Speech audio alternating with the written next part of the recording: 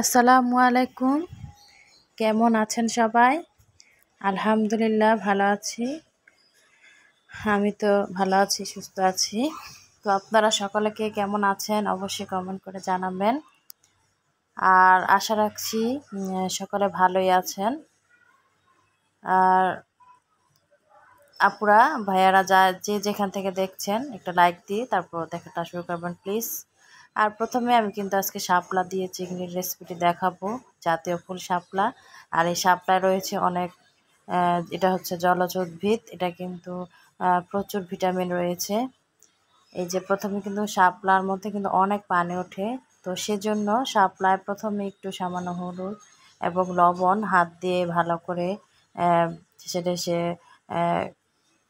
ভালো করে চিপড়ে নিয়ে ঢেকে রাখতে হবে যাতে করে শাপলার পানিটা উঠে যায়। আর এই যে চিংড়ি মাছটা ভিজেছিলাম এটাকে এখন কেটে নেব। এখান থেকে অল্প কিছু সংখ্যক কেটে তারপর কিন্তু আমি শাপলা দিয়ে রান্নাটা করব। এই ডিমালা চিংড়ি বর্ষার মধ্যে কিন্তু খুবই ঘ্রাণালা হয় আর ভালো লাগে খেতে। এখন আমি এই যে শাপলাটা প্রায় 20 মিনিট পর আরেকটা, দেখুন কতটা পানি উঠে গিয়েছে, ছেঁকে নিয়েছি চালনিতে। আর এই যে মাছগুলো কুটে নিলাম, ধুয়ে নিলাম। এখন একটু সামান্য হলুদ আর লবণ মেখে রেখে দিলাম। আর একটা কড়াই বসিয়ে দিলাম, সেখানে কিন্তু তেলও দিয়ে দিয়েছি। তেলটা আপনাদের ইচ্ছে মতো কম বেশি খেতে পারেন, তো আমি বেশিও দেই না কমও দেই না, ঠিক মতো দেই। আর এই যে এখানে কিন্তু এই যে চিংড়ি মাছগুলো দিয়ে দিয়েছি তেলের মধ্যে। এখন সামান্য একটু ভেজে নিচ্ছি নেড়ে চেড়ে। আর চিংড়ি মাছ ভাজার সময় যে একটা ঘ্রাণ বেরোয় সেটা কিন্তু আমার কাছে খুবই ভালো লাগে।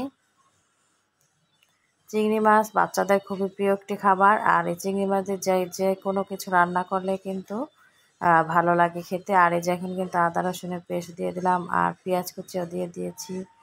পেঁয়াজ কুচি এবং মাছ ভালো করে ভেজে তারপর কিন্তু এই যে এখানে হলুদের গুঁড়ো দিয়ে দিলাম। হলুদের গুঁড়ো দিয়ে দিলাম 1 চা চামচ পরিমাণ, আর মরিচের গুঁড়ো দিয়ে দিব 1.5 চা চামচ পরিমাণ। কারণ শাপলায় প্রথমে কিন্তু একটু হলুদের গুঁড়ো দিয়েছিলাম, তো সেজন্যই হলুদের পরিমাণটা একটু কম দিতে হবে। আর এই যে এখন কিন্তু পানি দিয়ে দিলাম। পানিটা দেওয়ার পর কিন্তু এখন ভালো করে আবার একটু কষিয়ে নিতে হবে।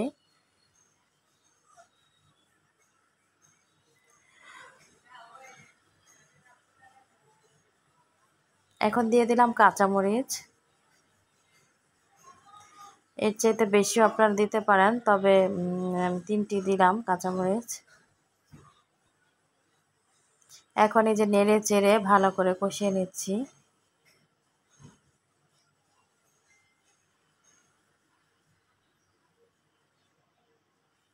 আর এই যে এখন শাপলাগুলো কিন্তু ঝরিয়ে রেখেছিলাম একটা জালের মধ্যে, তো সেখান থেকে শাপলাগুলো দিয়ে দিচ্ছি। এখন নেড়ে চেড়ে মশলার সাথে মিশিয়ে নেড়ে দেব।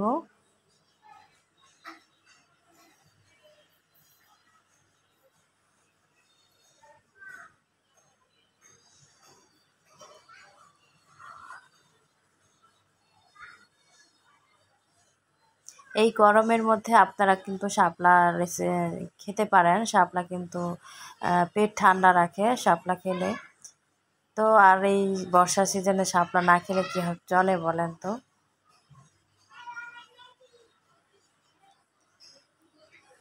জানি না আপনাদের কাছে কেমন লাগে, আমার কাছে তো ভালোই লাগে। তো আপুরা আপনারা তো আমার ভিডিওটি দেখছেন, যাদের কাছে আমার ভিডিওগুলো ভালো লাগে, আরও অনেক অনেক রান্নার ভিডিও রয়েছে, আপনারা চাইলে দেখে নিতে পারেন। আর ভালো লেগে গেলে আপনারা আমার পরিবারের সদস্য হতে পারেন একটি সাবস্ক্রাইব করে এবং একটি লাইক দিয়ে আমার চ্যানেলের পাশেই থেকে যেতে পারেন। এই যে দেখুন নেড়ে চেড়ে আবার শাপলার সাথে ভালো করে আমি কিন্তু কষিয়ে নিচ্ছি।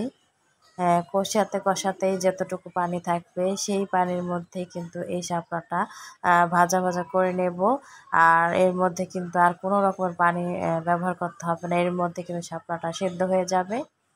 আর এই যে দেখুন প্রায় 30 মিনিটের মতো এভাবে ভাজা ভাজা করে নিলাম। আর এই যে শেষ পর্যায়ে একটু জিরে গুঁড়ো আর এই যে বিলাতি ধনিয়া পাতা কুচিটা অ্যাড করলাম।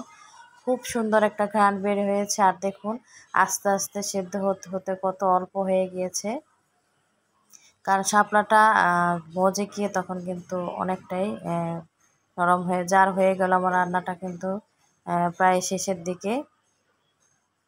আর আরেকটি কথা, আপুরা যারা যারা আমাকে অনেক সুন্দর সুন্দর কমেন্ট করে আমাকে উৎসাহ বাড়িয়ে দেন, আমি কিন্তু অনেক উৎসাহিত হই। আর আপনাদের উৎসাহ পেয়ে আমার মনে যায় আরও একটি ভিডিও তৈরি করি, পরবর্তী ভিডিও বানাতে অনেক উৎসাহ যোগায়। তো যারা যারা আমাকে সুন্দর কমেন্ট করেন তাদেরকে অনেক ধন্যবাদ।